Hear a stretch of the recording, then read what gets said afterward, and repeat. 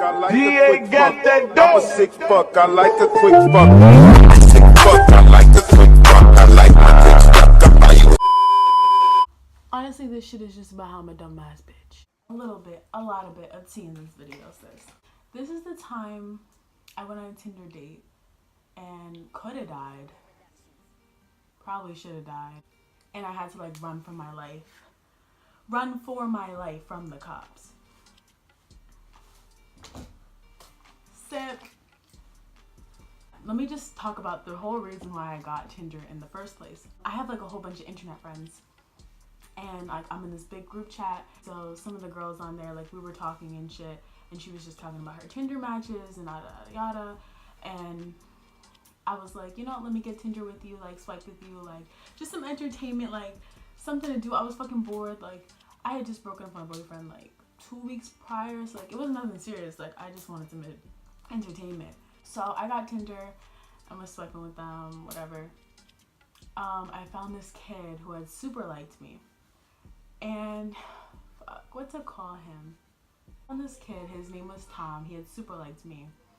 And like we ended up playing Fortnite and shit. Like I love Fortnite.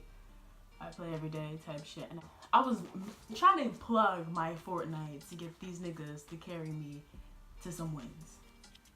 But yeah, we ended up playing Fortnite and shit and talking for a couple days.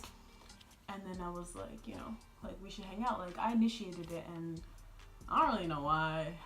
I mean, I never done like nothing like that before. Wanting to get out the house because I had like just broken up with my boyfriend and I was like not really doing anything with my life anymore.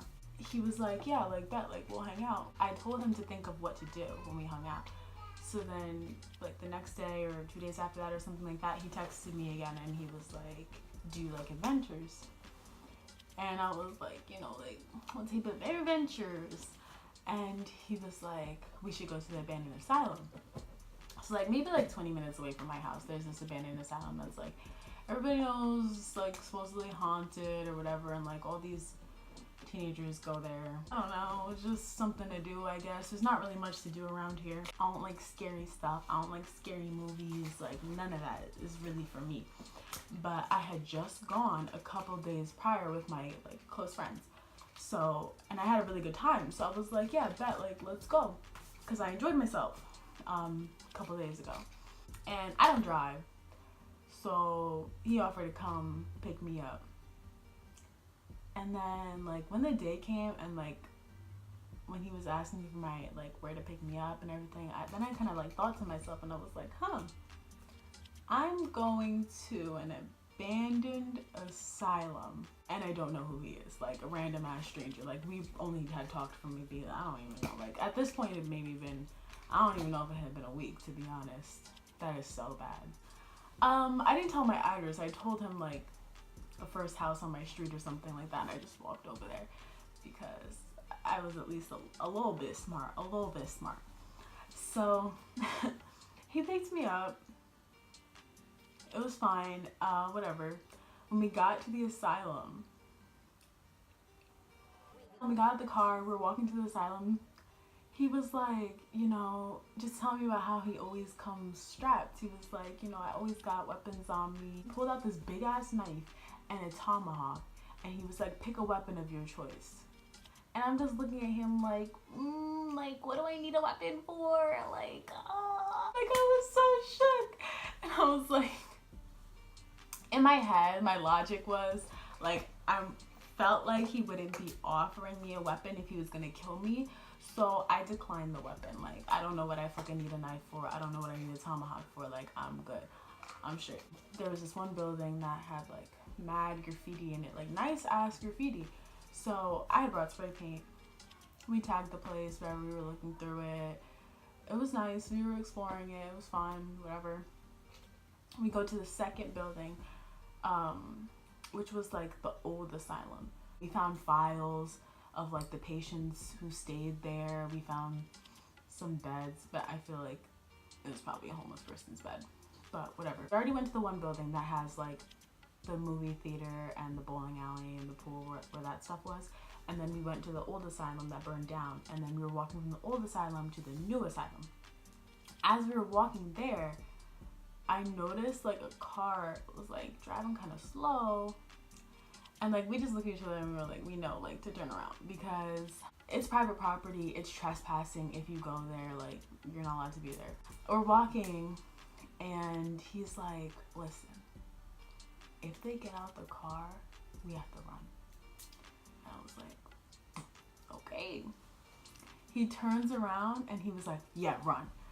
So we start hauling ass, bro. Like, I mean, I was track star, sprinting for my life type shit because I was too scared to turn around, but I hear, stop running. This is the police. Stop running. Come back. Let me talk to you. This is the police. I was out, my nigga. I was not stopping. I was so scared. Like, I didn't realize how out of shape I was, and I think it's because of the jewel. I think it's because of the weed I used to be smoking. Fuck with my lungs. My lungs was hurting. My chest was burning. I played soccer for 5 years, and I cannot run for 3 minutes. That's so sad. I was there 3 days prior, in the middle of the night, which is when like you would expect the cops to be checking shit out because like it's haunted. People want to like have the scene set, like have the mood set, and go be scared. Why are the cops there at 4:30 p.m.? Why? For what reason? Who's coming there at 4:30 p.m.? Like, I know we are, but nobody else. The fuck? Everyone goes at nighttime. I was just there 3 days prior, bruh. We didn't run into any problems with the cops. There was no cops there. Now all of a sudden, there was cops on a first fucking date. Like, but I sprinted for my life. We ran into the woods, and then we just came to this part that was like straight down, my nigga. Like, I was really running, and then like I just stopped because it was like straight downhill, and so I was like, gotta go down. Slide down the fucking hill. I'm getting all dirty. I'm getting pricked by thorns. I broke a nail, my nigga. I'm bleeding. It was just a fucking mess. So we're like hiding, cause that way, like, if the cop came up there, like he would just see like what's out there. Like, unless he looked down, then he's gonna see us. But yeah, we were just like hiding, like by the hill, like just waiting. We waited till the coast was clear. We're walking through the woods back to the car, and he's like, that car wasn't there before. I'm like, yeah, like it wasn't. Like, no other car was parked by us. He's like, do you want me to go check it out? And I'm like, yeah, like I'm not going. And I was like, but give me your bags though, cause like, are your weapons legal? And he was like, no. So I was like, yeah, like, cause then I started to like, you know, weigh like what could happen to us if we were to get caught, because 1, we're trespassing. 2, we had spray paint. We were vandalizing. And you have to be 21 to buy spray paint here. Like, I don't know if that's everywhere, but you have to be 21 to buy spray paint. We had illegal weapons. We had just ran from the cops, and we're both 18. Like, I just turned 18, so now we can like be tried as an adult type shit. He went up there to go check it out, and he was like, yeah, like I think we're good. I don't think it was a cop car, whatever. So we go back up to the car, and like I get in the car, but like my feet are out, and I'm just like trying to like wipe all this dirt off. I don't want to say it was the same voice, because I was just so scared. I was so scared that I didn't really have time to process it. Like, I don't want to lie on my channel. I don't know what he said. Like, something along the lines of like, what are you doing? Like, let me talk to you, or wait up a minute, or something like that. And I can't really tell you exactly what it was. I can't tell you if it was the same person. I can't tell you where the fucking voice came from, because I was just like flight mode. Swung my feet into the car, slammed the door, and we took off. We were out, and we went right onto the road, drove in between some cars, and we were out. And bro, he just kept apologizing. I was like, listen, like if we had gotten caught, I would have been pressed, not gonna lie. I would have been dumb pressed. But we didn't get caught, so the whole situation is just funny to me. Like, the day was chill after that. Like, the fuck? We went to this Dominican place, like, got some food. I went back to his house and ate it, and we played Fortnite. Yeah, we just talked for a little bit, and then he's bringing me home. Tell me how this nigga crashes into a car. As we're backing out of the driveway, this nigga crashes into the whole car that's behind him. Are you good? Like, I was like, does this usually happen to you? Like, do you usually do this? He was like, no, like, nothing like this ever happens to me. I was honestly just thinking about how I should be driving safe right now because I was looking at those people over there and I didn't look back and I just hit the car. I'm like, okay. And then he went out for a second and he got back in the car. He was like, let's go. He didn't leave no note. Ran from the cops and fucking had a hit and run in the same day, like in the same couple hours. Like, it was really the most. It was really the most. On the way back, everything was fine until he said this, bro. Okay, let me just say.